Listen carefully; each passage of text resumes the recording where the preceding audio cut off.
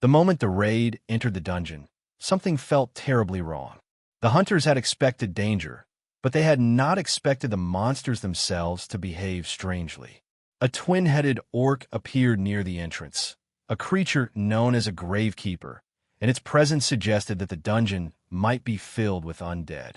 The hunters regrouped, realizing that this A-rank dungeon was far more dangerous than they had anticipated. Yet before they could decide what to do, the monsters began retreating instead of attacking. It looked as though they were running from something even more terrifying that was approaching from deeper inside the dungeon. Sung Jin-Woo immediately sensed that something was wrong. He told the hunters that an urgent matter required him to leave, but they protested, knowing that his absence could put everyone in danger. Jin-Woo remained calm and decided to leave his summons in charge. He summoned Beru, the terrifying ant warrior from Jeju Island, shocking everyone in the raid party. The hunters could hardly believe what they were seeing. Jin-Woo simply ordered Beru to protect the humans and told him that he could deal with the non-humans however he wished. Then Jin-Woo prepared to leave. Some hunters tried to stop him, but he refused to waste another second. His magical power allowed him to control the undead more effectively than the necromancer controlling them, but even that mystery could wait. He summoned Kaisel and disappeared at incredible speed. Moments later, the hunters saw a gigantic dragon moving through the sky. They realized that Jin-Woo was heading directly toward his sister, racing toward her at full speed.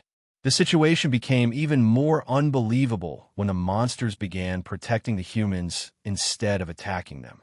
Jin-Woo had arrived, and his summons were acting according to his command. Meanwhile, another terrifying presence emerged. The final restraints of the dungeon were lifted, revealing Guroktaru, the chieftain of the Red Blade tribe.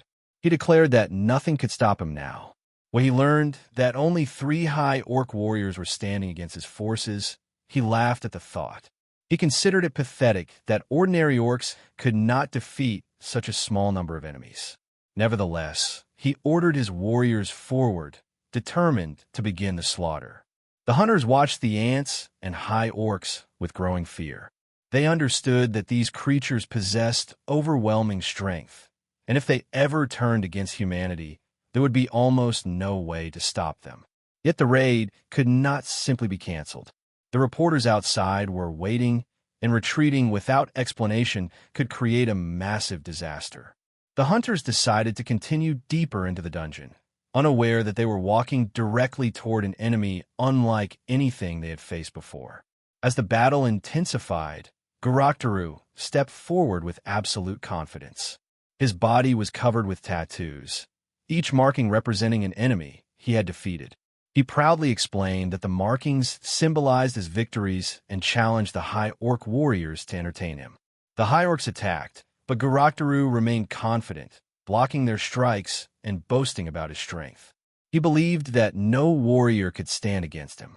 Yet something strange began happening. No matter how many enemies he defeated, the situation refused to change. He could kill hundreds, perhaps even thousands, but the battlefield seemed endless. Worse, a mysterious pressure began building inside his head. His thoughts became increasingly painful, and he realized that something was controlling the battlefield from behind the scenes. Guroktaru quickly concluded that if the High Orcs were being controlled by magic, then their master had to be nearby. His attention shifted toward a girl standing among the humans. He sensed powerful magical energy radiating from her body and ordered his warriors to capture her. The High Orcs were vulnerable while regenerating, so the enemies attempted to restrain their movements and attack them continuously. The situation became desperate as the hunters struggled to survive. Then another overwhelming presence suddenly appeared. Everyone could feel it. The pressure in the dungeon changed instantly, and the hunters realized that something far more powerful was approaching. Before panic could spread, Jin-Woo arrived and told them that they were safe. His appearance completely changed the atmosphere. Guroktaru introduced himself as the chieftain of the Red Blade tribe, refusing to show fear even in front of Jin-Woo. But the tension between them was unmistakable. Guroktaru had believed that his strength made him unstoppable, Yet he was now facing an opponent whose power was difficult to comprehend.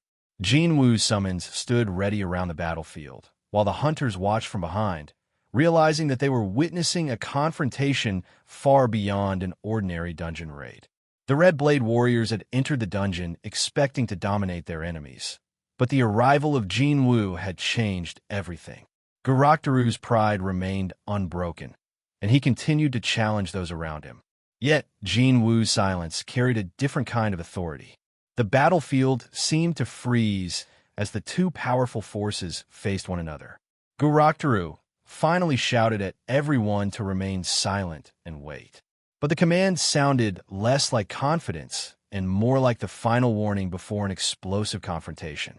The hunters could only watch as the dungeon's true battle was about to begin.